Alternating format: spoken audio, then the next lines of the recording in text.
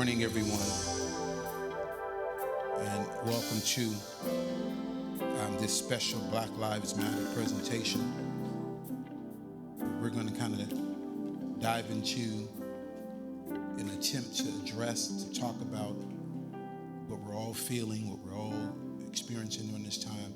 Very emotional time. I had to really compose myself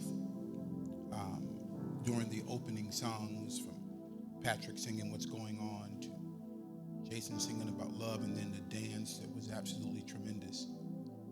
We have some more presentations of song after. But I want to spend a minute talking to you, sharing with you, even kind of being interactive. I can see what some of you are saying on the screen here. Thank you for joining in with us. I want to share my heart regarding the current events in our world, and when I say my heart, I mean our heart. London and I, we've been talking about this,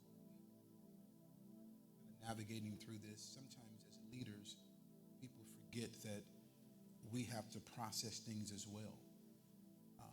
And as a black man in America with two black sons, this has been a very emotional, very devastating 2 weeks for us. Things we've experienced, things we've heard, things we've seen. And so I want to kind of share some of those things. And I'm speaking today primarily to those that follow us. I know there are some that are watching, and we welcome you, and we pray that you receive from what we're saying. But I also understand that there are many voices during this time, and I have to be sure that we're speaking to those that consider us their voice, and this their brook, this their set place, because we know we're not called to everybody, but we understand that in addressing things, it is the first step to change. Genesis chapter 1, verse 27 says, so God created mankind, human beings in his own image. In the image of God created he him, male and female created he them. He created mankind. He created human beings in his image. He makes no distinction between the value of one race or ethnicity over another, but mankind was created in his image and in his likeness. And so I've spent some time being quiet. I put a post up about a week or so ago because I didn't want to just jump in the water. I had to spend some time being quiet, kind of observing some things, hearing and allowing the Spirit of God to kind of frame my thoughts, because I want them to be heartfelt. I want them to be impacting. I want to not just be talking. I want to provide comfort and hope in some direction. And so I understand that today what I'm going to be sharing, my words may be comforting for some, but offensive to others. But I ask that you hear my heart, not through what you want or need me to say, but I want you to hear my heart based on what I believe I've received to share with you. So many times we turn people off because they're not saying what I want them to say, or they're not saying or speaking to how I feel. And we all have a variety of feelings right now based on our experiences, and we don't disrespect any of that. We don't belittle or negate any of that, but we all have to understand that we're in this still together. And leading through this has been rather difficult because we have been asked to do things or questioned about things we're not doing. And it is my responsibility to serve all that follow us, to serve all that look to us, whether black, Latino, white. We have interracial couples in our church, and we have to be very careful that we deal in wisdom. Yes, you deal in truth. Yes, you deal with facts. Yes, you walk through your emotions even, but you gotta be wise in your dealings. I just spent the last week, London and I and our children, in Tennessee. And the racism there is absolutely tangible. You can feel it. They want you to know. There was not a place that I went in that didn't welcome us with the Confederate flag or Confederate shirt or Confederate hat or a MAGA hat or something of sorts to let you know that this is our position. This is what we feel. This is who we are. We don't want you here. We don't like you here. You can come in, but no, this is how we feel. And I've learned that it's bigger than some people being racist. It's actually the American way. Racism, prejudice, discrimination, intolerance, bigotry have all been built into the fabrics of our country. And we are dealing with layers and layers and years of demonic reign that we have reduced to a black and white issue. It is a black and white issue, but it's even much bigger than that. But I believe our current events have brought us to a turning point. I believe that George Floyd's death will push us to the next big civil rights advancement and serving of justice this generation has not seen. But it's time that we talk. It's time that we strategically pursue justice for blacks as the current system was founded without it. It's not broken. It is operating the way it was founded to operate. And we must understand that. The reality of racism, and if you are black and you're listening to me, you have experienced it to some degree. It's interesting because in talking with some pastors, even in some white pastors, even in Tennessee, some even admitted that I wasn't even aware that racism was as prevalent as it is. It may sound shocking, like, wait a minute, what do you mean? What world are you living in? Where did you just come from Mars? But that is actually some people's reality. Because of white privilege, they can't see what we see or feel what we feel. Or when we say certain things, it's like, oh, that's just them. There they go again. There they go again asking for something or needing something or acting out or blaming it on race. And they have no idea of our experience that doesn't just date back to the riot this past week or the riot in LA in the 90s, but it dates back to the plantation. And some people have no idea of that. And they're still living plantation-minded when it comes to us as black people. And so when you say things like racism, that's just something you guys keep drumming up. Absolutely not. It is something we live every day. And I believe that we are partly in this place because this pulpit, this sacred desk that I stand behind, we've not taken enough time to discuss it from this place. And we've spent too much time singing Kumbaya and let's hold hands and let's love one another. And that is true. But we got to speak truth about this situation, even if it's uncomfortable. And we can't take the American gospel and try to douse it on everybody and skip the parts that we have been skipping.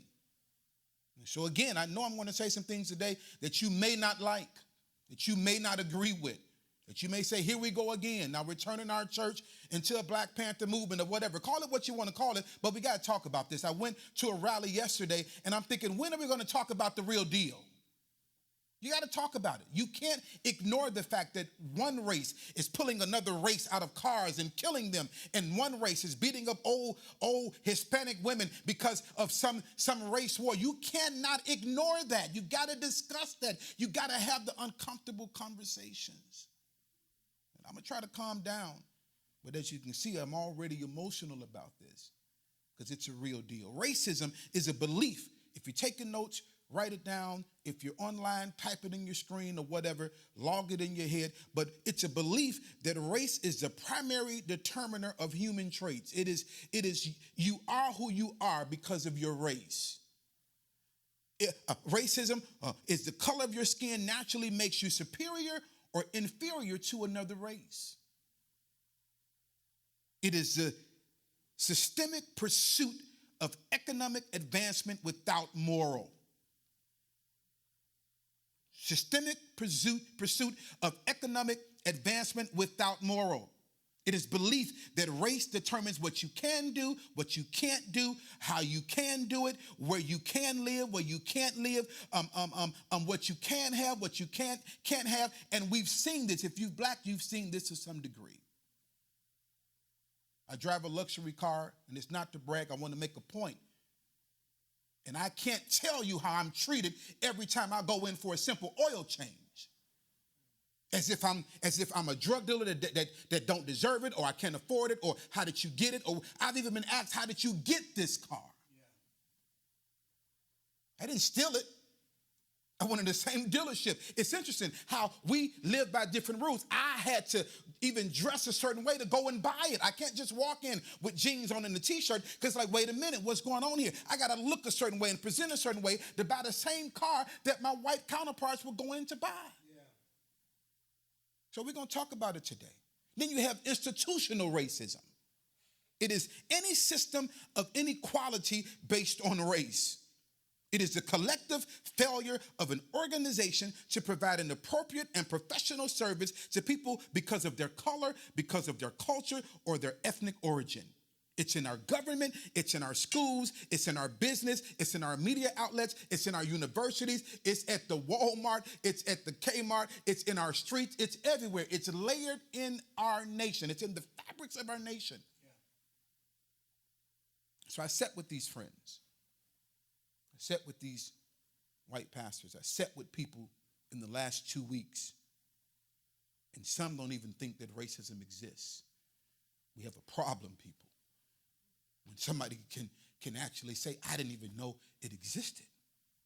What world have you been living in? We understand white privilege, but what degree of white privilege are you living in that you didn't even think it existed? It runs on a cycle, and the lack of concern and silence keeps it movement. It keeps it going. But we've had candid conversations about Black Lives Matter. And I noticed this too. You can actually join the Black Lives Matter movement on surface, but in your heart, you still see us as unequal. You got to be careful with that too. Everybody got signs now in church, and every business and every organization is covering their brand and making statements, and I got that, but how do you see us at the end of the day? Because the same school that puts up a statement to say we don't believe in this and we don't stand for this and so forth and so on will fire a black janitor for being leaving the office 3 minutes too early. That's a problem. And not just to be fired, but to be belittled in the process of it. But I talked with some people. Some were honest, some were not.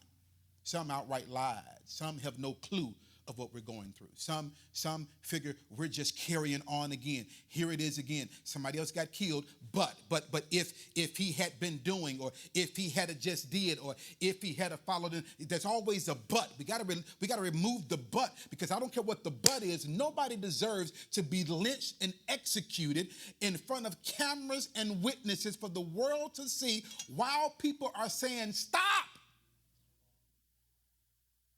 He's saying he can't breathe. He's calling for his mother that's already deceased. And people are saying, get your knee off of his neck. Stop. He's not even breathing right now. And you continue in the name of what we consider police protocol. No, that's a heart thing. There's no but. Miss me with the but.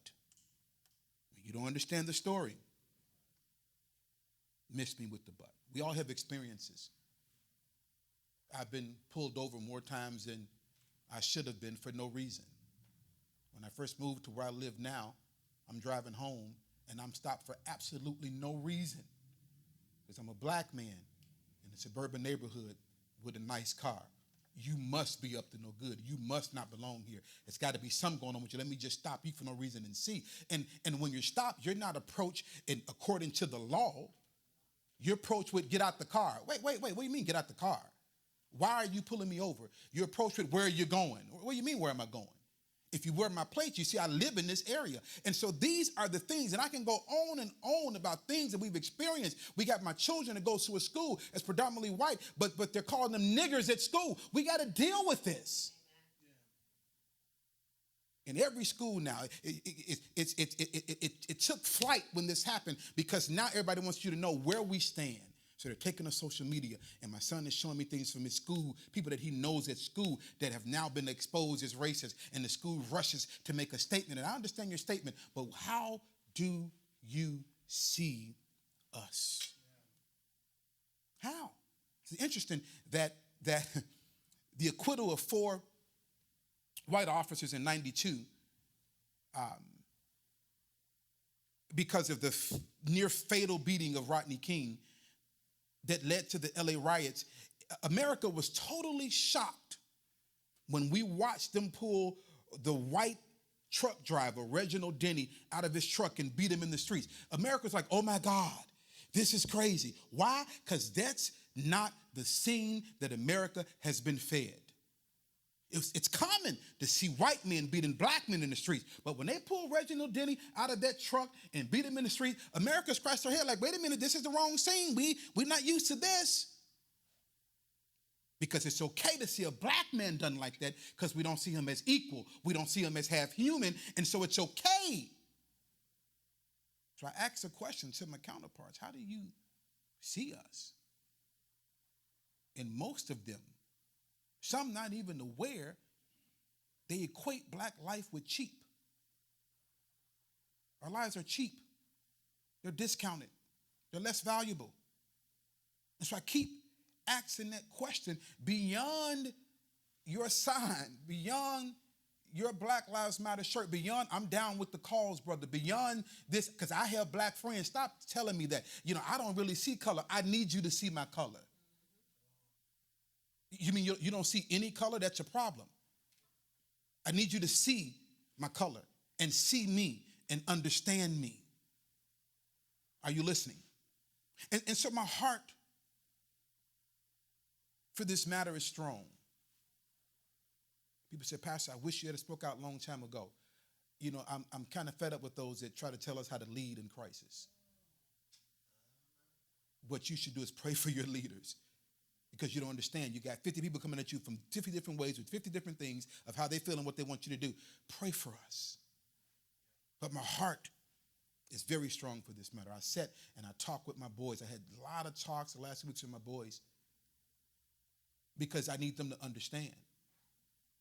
I need them to understand the America that they live in. I need to give them the rules we live by. I need to teach them what to do if they're ever approached by the police. I have to teach them how to be quiet. And because I need you to come home. We could deal with other stuff later. I just need you to come home. And I got to walk them through this. And they don't probably understand. And one of my sons said, I didn't think it was that big for us because we live in the suburbs. I'm like, son, I don't care where you live. This is an American issue. And living out here even sometimes makes it worse. But I got 7 things to give you, and I hope you have time to get them. If you've not shared this already, share it. You can like it, love it, we don't care, but I want you to share this message that we're all sitting around today, because it is a message. Well, you didn't give a scripture. I read a scripture from Genesis at the top. So you got your scripture for today. Now, in my talking, the word is intertwined in here. I think we have gotten so accustomed to the American church and the American gospel, and if it's not the way we think it should be, then we turn it off. What I'm giving you right now is the gospel. Because whether you like it or not, or believe it or not, especially if you're watching and you're white, Jesus was not up for racism. And we ain't got to get into all of this about that because that's a whole nother message about the blue-eyed Jesus. I don't even have time to get into that, but we got to deal with that at some point too. But I have 7 things to give you, and I'm thankful for the guys that are sitting behind me. I hope you can see some of them. I just wanted their support behind me. I wanted the brothers to be here today to stand up, man, because Black lives matter and black lives are being hunted, but the majority of that is our black men. Yeah. And with us wanting to matter to them, we got to matter to each other. And I matter to these guys, and they matter to me. And we got to get rid of our foolery, and we got to get down to the issues that are at hand. 7 things I'll give you. We've been trying to keep an hour service that may go out the window today. So pour you another cup of coffee and sit and listen. Number 1, my heart, direction for us, I believe. I believe, number 1, we got to believe that change is possible. Write that down. And I have to start with that because sometimes we get so emotionally rattled If we feel like it's going to always be like this, it ain't going to never change, we got to believe that change is possible. Not a complete erasing of racism. That will never happen. I need you to understand that. You're not marching so one day we won't have no racism. Not going to happen. Racism is a hard issue. And you can't legislate a man's heart. You can't vote the right people in to change people's heart. So it'll always be here. Not change as in we got to repair a system that's been broken. It was never broken. So you probably won't see those things happen this side of heaven, but we can work to bring some better out of worse. And understand that change comes with time and process, of course, not overnight. And I believe this latest execution has brought us to a turning point. We've never seen all 50 states and 18 countries participate in this kind of movement. Yes, the news has rattled us with all of the negative, but there are some powerful happenings going on in our world as it relates to this movement. Something is happening. Something is turning. I'm seeing them pulling down in the last 3 days Confederate statues and all these things because something is happening. So we got to believe that change is possible. This generation, the millennials, the generations even, they're marching, they're speaking out, they're bold. Every corner I pass in the west suburbs, the north suburbs, yesterday I just took a ride. There were white teenagers out there for the cause. And here's the thing. Notice I said white teenagers because their parents still have racism in their hearts, and you have white teenagers battling with their own parents now. What wasn't heard is being heard before. So we got to believe that change is possible. Media is focused on the negative, but we're not going there with them. We got to believe that change is possible. That's number one.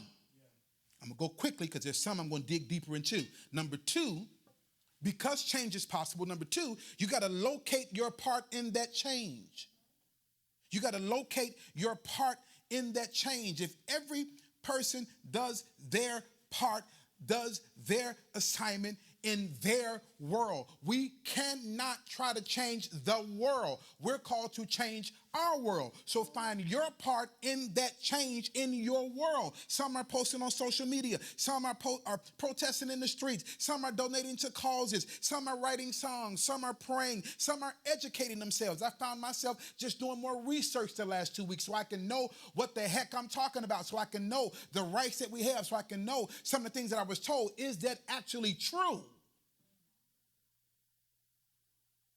Some are having tough, necessary conversations with their friends. Saw a lady on Facebook who just knocked on her friend's door, her neighbor. She never talked with, white guy, and talked with him. That may be her part. And we got to be careful that we're not disrespecting and dishonoring other people's parts because it's different from ours. You should be doing this. You should be marching. No, you should leave me alone and let me do what I'm called to do and find out what my part is. I think everybody should be. I think everybody, no. We're called to change our world. And we all have different lanes and different assignments and different callings, even in this. And some of you have not located it yet. Some of you are just echoes. You're just cookie cutters. You're just doing what everybody else is doing. And that's not what you're called to do. You're more valuable than that. Find out what your piece is in that. What should you be doing? Change is possible.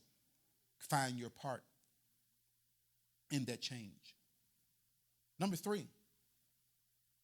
Stay focused on the issue. Stay focused on the issue. Black Lives Matter right now is the issue. Yeah, but you don't understand, Pastor. White folk dying too. What the heck is wrong with you? Black Lives Matter is the issue right now. If you walk in a room and somebody's trying to move this 100-pound table or something, and you got 9 people on one end and 1 person on the other, you don't go join the 9. You go help the 1. Black Lives Matter is the issue right now. Equality and justice and fairness for black people, for people of color. But my white friends are dying too. All lives matter. Black Lives Matter is the issue right now because white lives are not being hunted in the street. People of color have been lynched in the streets on camera. And your response is, but white people are dying too? Now I'm talking strong, and I'm not talking from a place of we don't like white people. I have great, dope, super cool white friends that are watching this right now. But they understand my heart. They understand my emotion. They understand that, yes, we have been privileged. So say what you got to say, brother, because I understand that it is the issue right now is black lives needing to matter. Stay focused on the issue.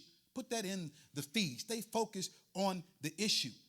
But I don't understand, because let me say this. You can't be more verbal to the wrong response to the issue than the issue itself. I'll say it again. You can't be more verbal to the wrong response to the issue than the issue itself. You can't be more verbal to the wrong response to the issue than the issue itself. The issue is Black Lives Matter. Yeah, but they out there looting in the street. If you didn't say anything about the man being lynched in the street, but you got a whole lot to say because they're looting in the streets, you may be a part of the problem. But the destruction of property is terrible. It absolutely is. But so is the destruction of black life. And you didn't say anything about that. You may be a part of the problem. I don't condone looting. I don't condone violence. I think violence begets violence, and rioting, that's not the way. The neighborhoods suffer, and some never recover. There's so many layers that causes in our communities. Not just we tore up a store and we got to hope they rebuild it. No, there's jobs lost, and the property value goes down, and seniors can't get their medicine. There's a whole lot of things that's wrong with that. So I don't condone that. But if you're only speaking about that, you're speaking more about the response to the issue than the issue itself. You may be a part of the problem, my friend.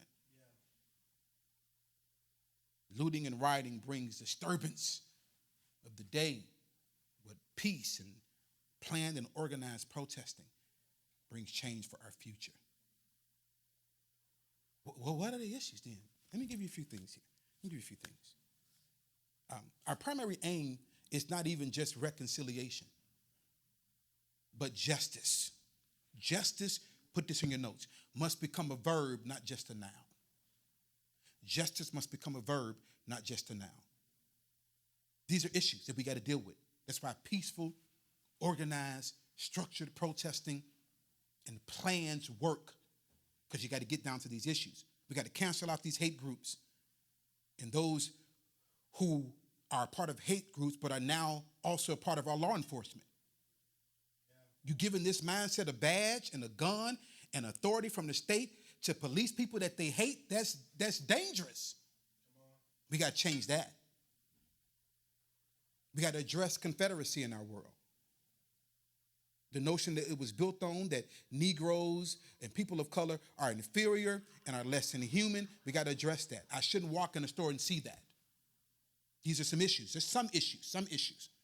We got to place these white supremacist groups on the terrorist watch list, just like everybody else.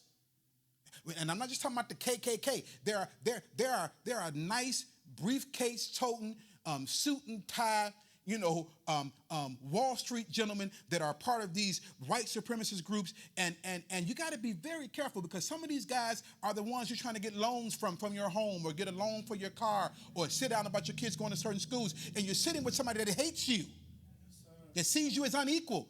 And we got to get these groups put on the terrorist watch list, because they're terrorists.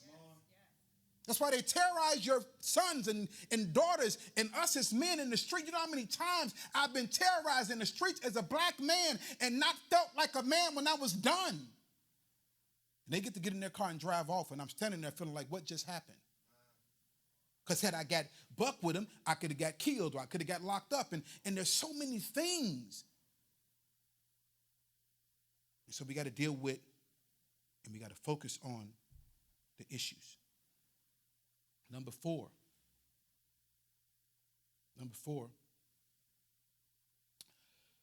Oh, are y'all here? Yeah. Give me a minute to calm down, man, because y'all okay back here? Don't become a catalyst, number four.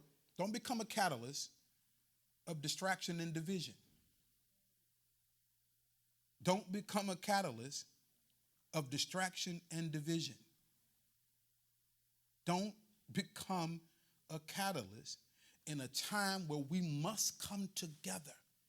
It ticked me off to walk past even fellow black brothers and sisters these last 2 weeks, and I would speak to them or give them, y'all know, the black nod, and they wouldn't even respond.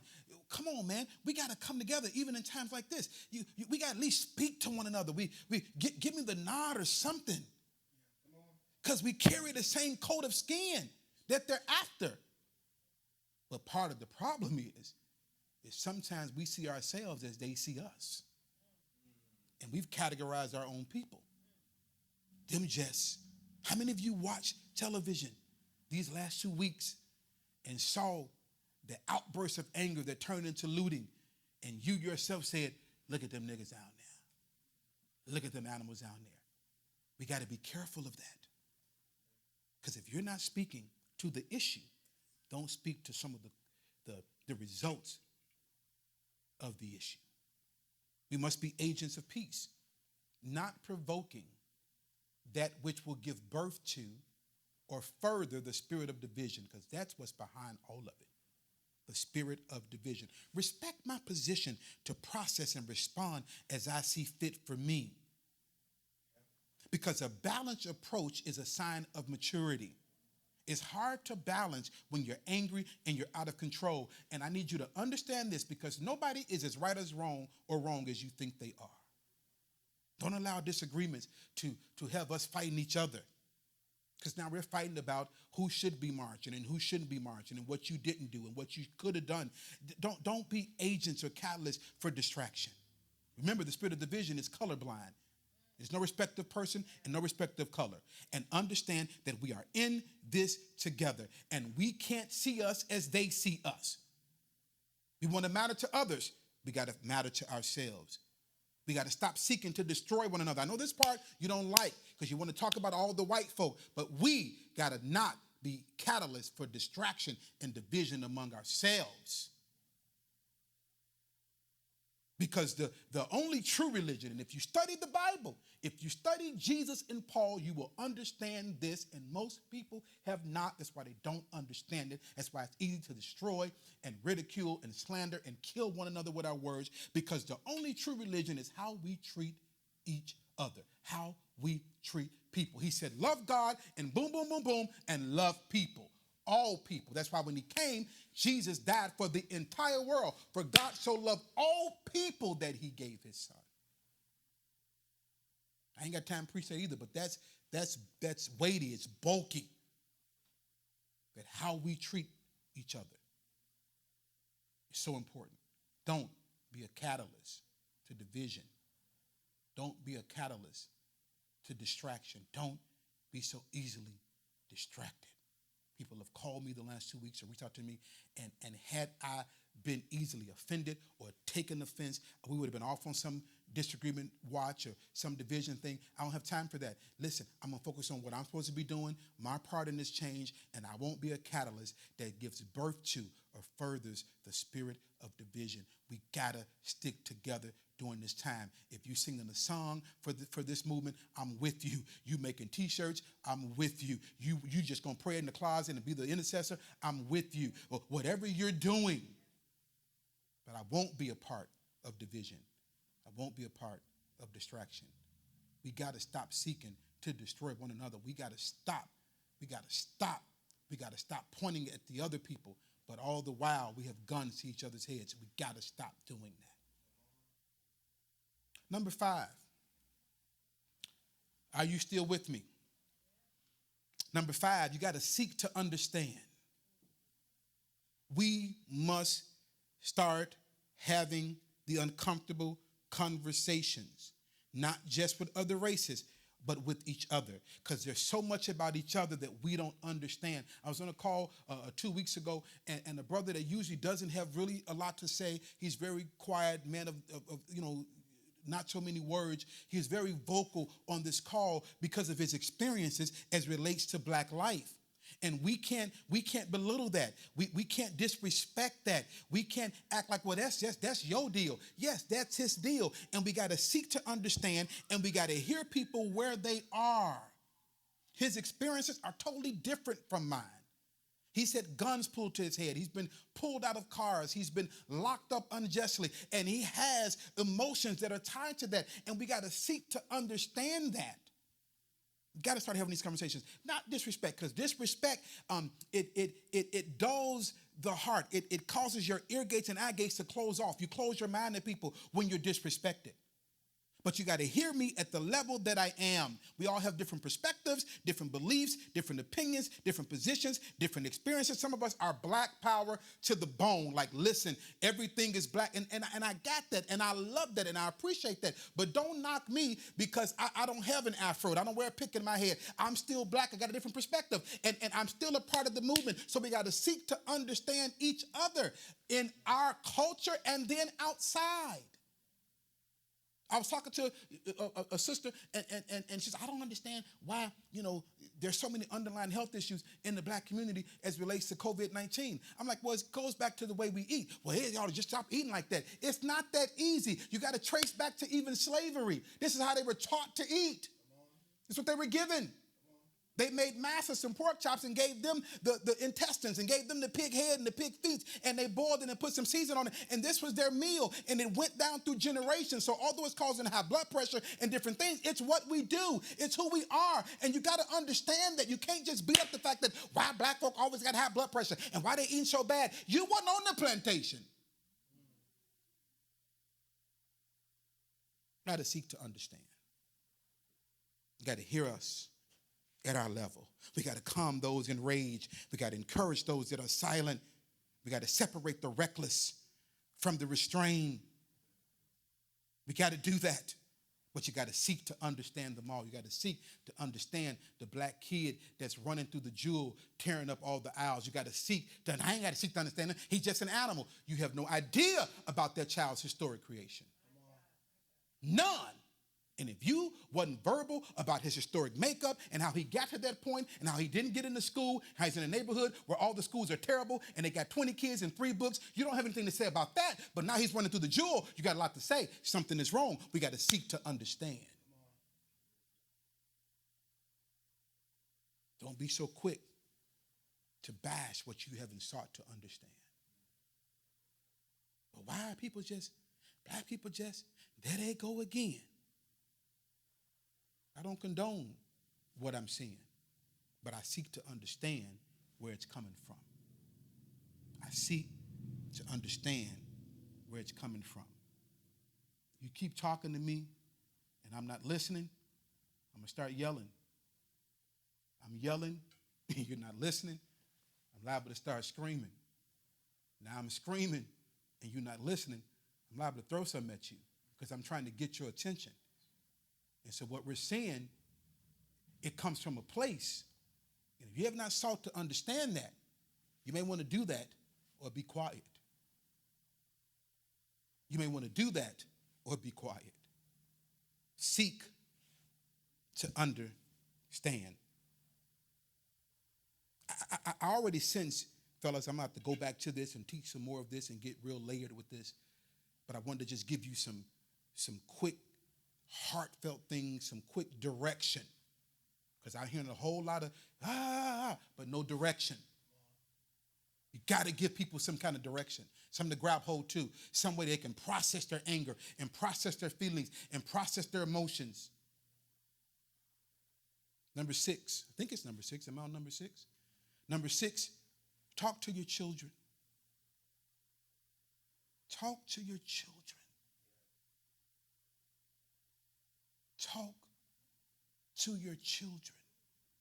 You can't just assume they're good, they're playing a video game, they're all right, because if you're saying I'm an emotional wreck, it's been a rough week, I've been trying to navigate through this, it's been hard, yada, yada. If you've been saying that, what about your children that you've not said a word to?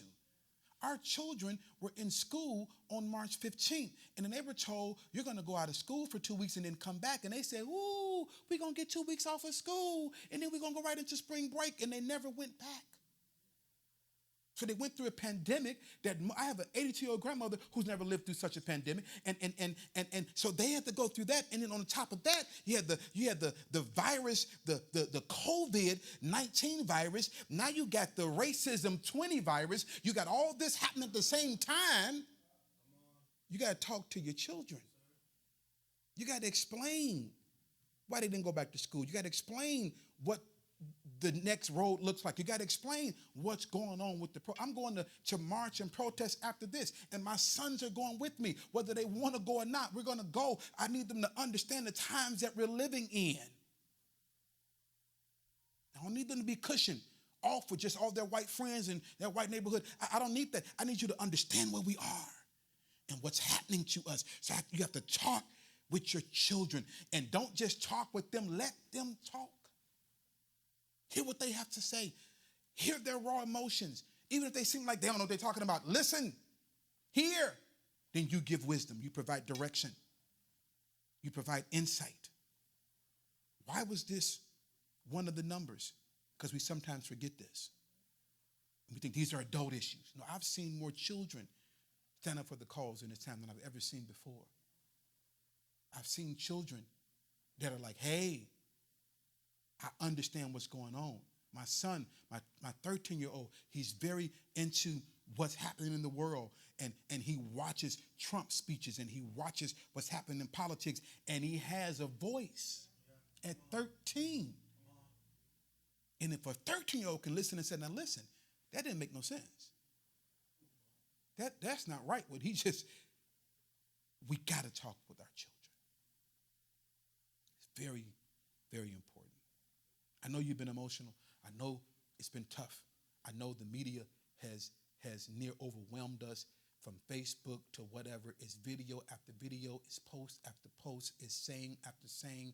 And I get it. I get it. And 1 minute your emotions are like this, and 1 minute they're down, and 1 minute they're up, and 1 minute you're crying, and 1 minute you're mad, and you gotta navigate through this. And if you are struggling with that, all I'm saying is, what about your children? Number seven.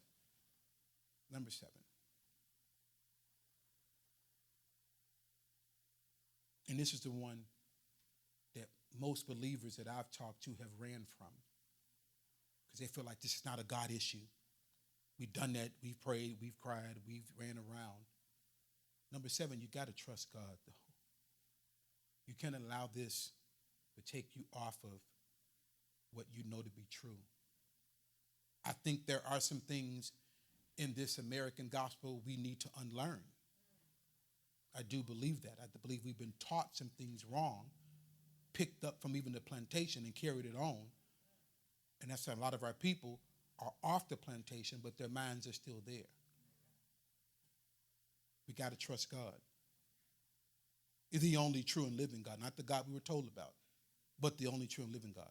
We can't be people of faith and throw it out because we're angry and we're emotional. Yes, we are angry, but it was the faith and the prayers of our ancestors that got them from off the plantation to a place of freedom.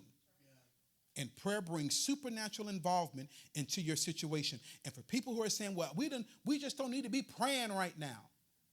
Most people either don't have a prayer life or don't know how to pray, because the prayers of those that are in right standing with God, the prayers of the righteous bring great results. And you say, I'm not an intercessor. I got that. You're not an intercessor. But you still can pray. You still can grab a hold to the God that you know, the God of Abraham, the God of Isaac. You can pull in the things you've been taught and let your faith carry you through. You got to trust God with your emotions. You got to trust God with your anger. You got to trust God with what you don't understand. You got to trust God with those things. Harriet Tubman got to a place of freedom because of her intense, and history books calls it her desirable prayer life. Her connection with God. She was able to hear from God for instructions. And that's what we need right now. Because I promise you, with all that is going on, you want to just sometimes relish in it, but you got to say, okay, God, help me discern the times and tell me what I should be doing. What should Reggie Royal be doing as relates to London Royal and Justin Royal and Jaden Royal first, and then the church and whatever my hands are on. But what should I be doing? Should I march? Should I not? Should I call? Should I have the meeting? Should I do this? Because everybody's calling and everybody's pulling, because this is what's happening right now. It's just a big storm of everything. But what should I be doing? And your prayer life kind of structures you, and you can hear from God on what you should be doing. Don't negate your faith. Don't throw it out. We've been praying and we've been shouting for 30 years and they still been killing us. True. Doesn't mean we stop. What if Harriet had stopped praying? What if she had let go of God's unchanging hand? Would we have had the Underground Railroad story even? Because all of that came from her hearing from God.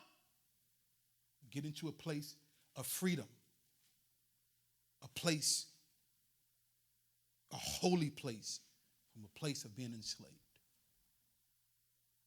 The 7 things, again, I hope you got them. I hope you wrote them down. I'm just going to read them off to you. Now, I need you to understand this. I can talk with you for another hour because I have so much to share, so much that I'm passionate about, and each one of these things goes down a different lane all by itself. But I wanted to give you something. I wanted to speak to the situation that we're all experiencing. Number 1, you got to believe that change is possible. Number 2, locate your part in that change. Number 3, we got to stay focused on the issue. Got to stay focused on the issue. Number 4, don't become a catalyst of distraction and division. Number 5, we must seek to understand not just white folk, but each other. Not just white folk understanding us, but we got to understand each other. So many diverse walks and historic makeups in our people. And we're so precious. I love our black people. I love my race. I love my culture. But I've learned that there's so much I have not learned about them. And sometimes it causes you to judge. It causes you to assume. It causes you to categorize people in your own race because you don't understand. And we all come from different places, different journeys, different experiences. And so I pray you seek to understand and not just see and assume. Number 6, talk to your children. And number 7, trust God. I believe that this is no surprise to him.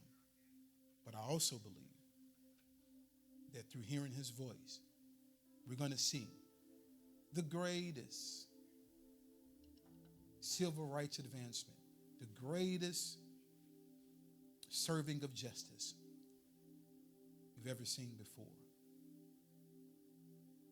I pray you heard my heart today. I pray that what I shared was impactful and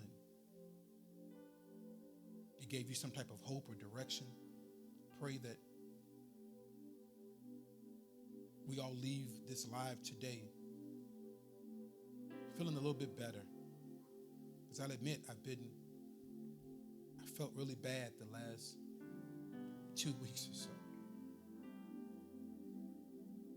And London would say, you got to turn that off and you can't keep watching that and they keep sending you stuff and you got to just pull away. And I tried to pull away, but I was also drawn to it and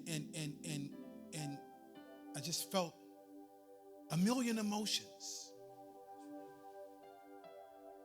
A million emotions. And I was angry. And then I cried and then I stopped crying. I said, I got to do this and I got to do that. So hopefully our time together, our presentation,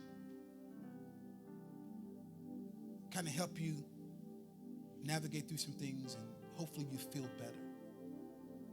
Some of you got on late and you missed the impactful song that we opened with, Patrick saying, what's going on? I hope we can get that back in and sing it again before we go. But you can go back and watch the whole thing if you missed the beginning. But it was all designed for you to sit, be ministered to. What do you mean be ministered to? Y'all didn't sing holy, holy, holy. You got to get beyond that. Yeah, we open up today with what's going on. Hopefully that ministered to you because it did me. And then the dancers brought tears to my eyes. Because my 7-point, trust God, our world needs him. And man, we need him. You cannot legislate. You cannot vote the right people in to get to where God wants this nation to be. Only God can change the heart of a man. I pray you receive today. We're going to have them come and sing another song, and another powerful song. Stay tuned and continue to receive what God has for you to receive today.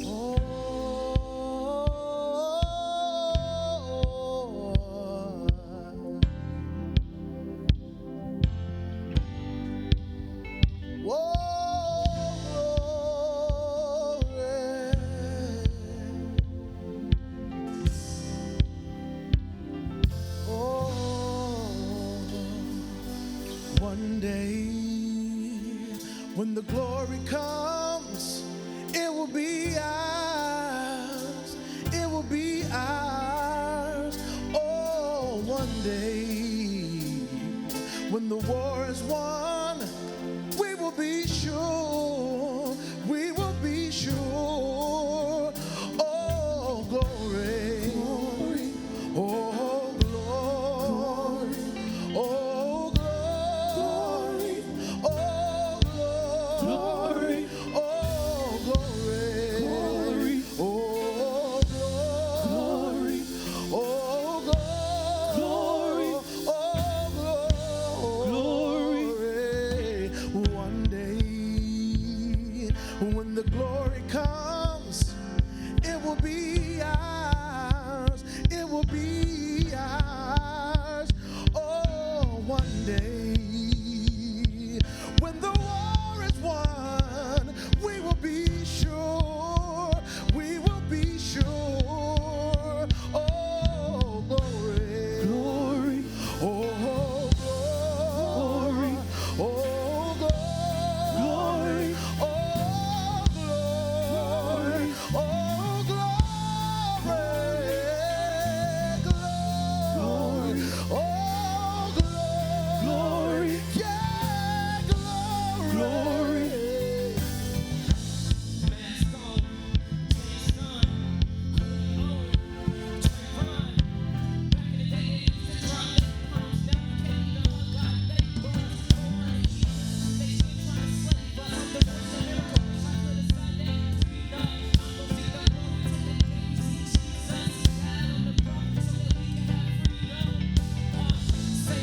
Say my name, Sandra Bland. Destiny Child come from the wild. They whipped us up in cages. Take pictures without sounds on their faces so that we can't make no changes.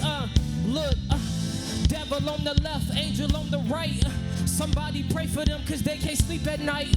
Is it due because we have all of the pain inside? Or the voices in the wind, in the rain outside? I couldn't tell you how many times I compromised. I couldn't tell you how many tears my mama cried. I couldn't tell you how many ain't always have a pretty penny, but somehow we always had plenty. One day, when the glory comes, it will be ours. It will be ours. Oh, one day, when the war is won, we will be sure. We will be sure. Oh, glory. Glory. Oh, glory. Oh, glory. Oh, glory. Oh, glory.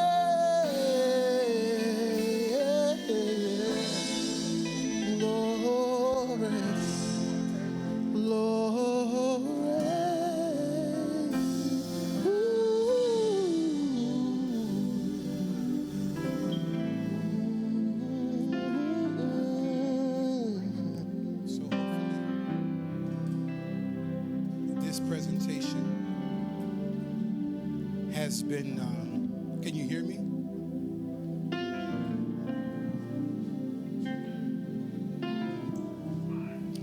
Hopefully this presentation has, again, caused you to be able to process some things better, understand some things better. And hopefully through this, God has ministered to your heart. As always, if you want to become a part of our local church, you want to make a decision to follow Jesus, to be a follower of Jesus Christ, you can text the word LC Next to 54244. LC Next to 54244. If you haven't already taken an opportunity to give, do that now. Do that now. Because even during this time, we want to continue to be a lifeline to all those we serve. So you want to be a part of our church? You want to receive Jesus or follow Jesus? We got you even online. You can text LC Next to 54244 and take a minute. And as always, those who are givers don't need to be prompted. Do what you do in Jesus' name. I want to do something that's not even on the schedule because we opened with it. Before we shoot it back to our host, I want to close as you're texting 54244, as you're giving and sending your tithes and offerings through. I want Patrick to come back, and I want to sing a piece of this, and we'll see you after that on Wednesday night. You'll go right to the host. If you've enjoyed this presentation, let us know. We want to hear your comments. We want to hear your heart. We want to hear how you feel. Tell us. Put it right in the comments, and we'll see you next time.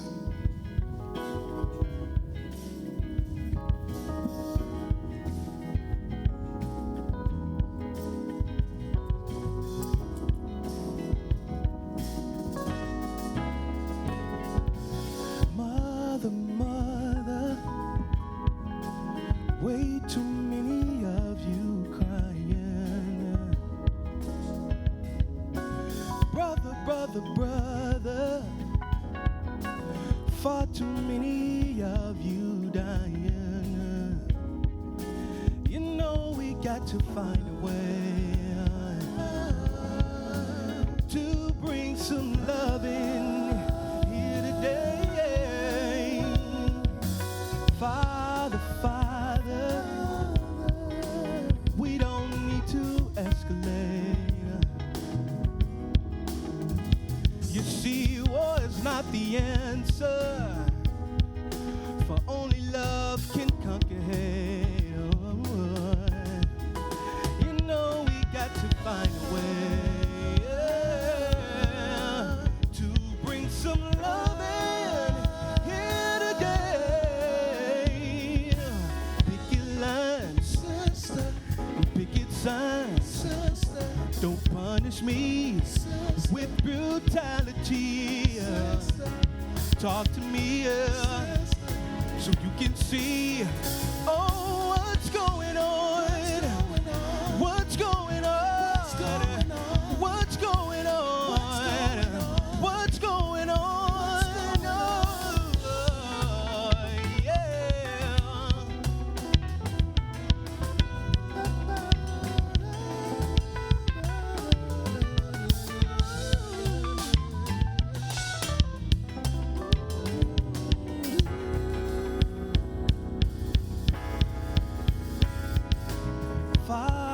Father, we don't need to escalate. You see, war is not the answer, for only love can conquer hate. You know we got to find a way to bring some love in here today. Picket lines and picket signs. Don't punish me with brutality. Talk to me so you can see, oh, what's going on? What's going on? What's going on? What's going on? What's going on? What's going on? What's going on? What's going on? What's going on? What's going on? What's going on? What's going on? What's going on? What's going on? Oh, what's going on? What's going on? Mother, mother, way too many of you crying. War is not the answer, for only love can conquer it. 'Cause you know we have to find a way to bring some love in here today. Oh, what's going on? Wow. Look, we want to thank you so much for joining us here today. We really hope that you not only heard some things that challenge you, but that you were blessed from this revelation. Everything that's going on in our world, God has the answer for it all, and He is giving us the revelation, the leadership, everything that we need to accomplish exactly what He wants to do right now. So I want to thank you for tuning in. Thank you for even holding yourself accountable to be here. I know it can be a little hard being at home right now or watching online, but like I said at the beginning, we're still in it together. We love you, and we thank you for being here today. I just have a couple of announcements. Look, as we've been saying, we are at home, and so we want to make sure we stay in contact with you. So please head over to our website, which is lifelinechicago.com, and update your partner information. We also want to remind you about our small groups. We're still meeting. Look, Skype, FaceTime, Zoom, all of it. We're still having a good time meeting and sharing over the word. Don't do life alone. You know how we do it right here at Lifeline. Head over to our website or our mobile app to sign up. Also, for our seniors, you've been staying connected and making sure that you allow us to be there for you. We want you to stay safe. Although some things are opening up right now, COVID is very much still so a thing. So make sure you're taking all the precautions. If you need anything that we can help with, please don't hesitate to reach out to the church. Now, following this at 12 noon, so that's in about 40 minutes, Life Kids will be going live for a DIY presentation called I Am a Child of God with Miss Precious. We also want to encourage you to tune in every Wednesday via Facebook Live for Story Time with Miss Karen. She's been doing such a phenomenal job with that. I'll be scrolling through Facebook and see it, and I'll stop for a second. Everybody ought to know Jesus. I just love that. Also, at 7:30 on Wednesdays, as you know, we're still having our encounter nights with Pastor Reggie in London. And this Wednesday, we will be with our covenant pastors and Pastor Reggie. Also, please make sure you head over to our website or check the mobile app for our COVID-19 survey. We want to see when everyone feels comfortable returning to church, what we think as a body would be the best idea for moving forward. So make sure you fill that out so we know where you are with that. And last but not least, we want to remind you that Father's Day is June 21st, and Lifeline will be celebrating our wonderful fathers. So please send us a picture of you and your dad, your father figure, your mentor, whatever, whoever has been a father in your life. We want you to go to lifelinechicago.com, upload your photo. All pictures must be received by June 15th if you want to be included. Look, we thank you so much for worshiping with us today. Also, if you responded to our altar call at home, we want to know and we want to remain connected with you. So go ahead and text 54244. Text the word LC next. That's one word, LC as in Lifeline Church next. All right, well, we thank you. Look, Lifeline Church is a place where God's love flows like a river. So we want to encourage you to reach up to God, reach into your brothers and sisters, and reach out to your community with love, especially during this time. The world needs the love of God right now. We love you. Go in peace.